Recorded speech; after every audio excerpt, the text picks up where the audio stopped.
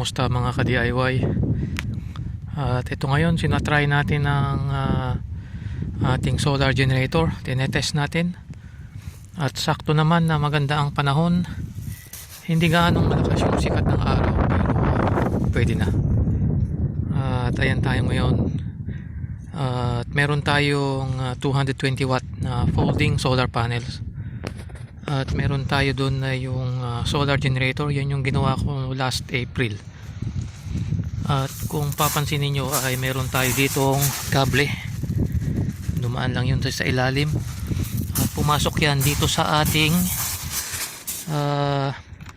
saksakan dito. Meron tayo dito yung PV input natin. Ayan ang PV input. Meron din tayo ditong DC input tsaka output. At meron naman tayo ditong inverter on and off na switch. Dito naman meron tayong dalawang apat na USB. Sabay-sabay pwedeng mag-charge dyan ng cellphone o kahit yung tablet. Dito naman meron tayong output na 230 volts. Kaya ayan, nag-charge tayo ngayon ng cellphone.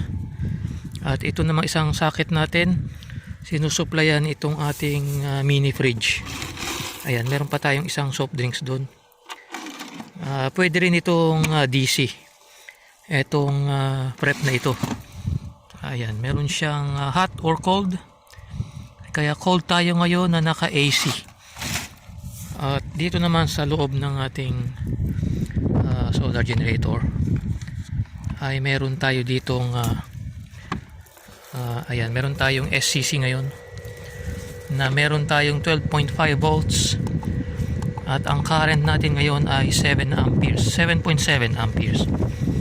Ayan, kahit hindi gaanong maaraw, mapapansin nyo naman yung sikat ng araw ay hindi gaanong malakas, pero meron pa rin tayong 7.4 amperes na pumapasok.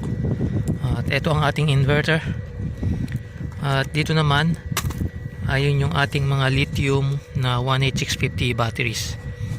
At meron tayo dyang 90 pieces na meron niyang nasa 2.9 ampere hour ang bawat isa. Bali 2,900 milliampere hour. At ayan yung mga connection, napakasimple lang. At yun lang. Kaya pag nakasara ito lahat ay parang normal na toolbox kung walang saksakan dyan, kung wala tayong sinasaksak.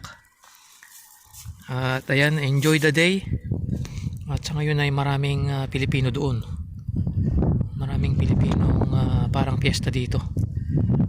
At dito nagkikita-kita karamihan ng Pilipino. Iba-iba yung lugar na pinanggalingan. At ayan, kabilaan yan, pero dito mas konti yung mga tao dito. Kaya meron na fishing din tayo pag minsan. Kaya lang ay walang huli pa ngayon, kaya tatry ulit maya maya.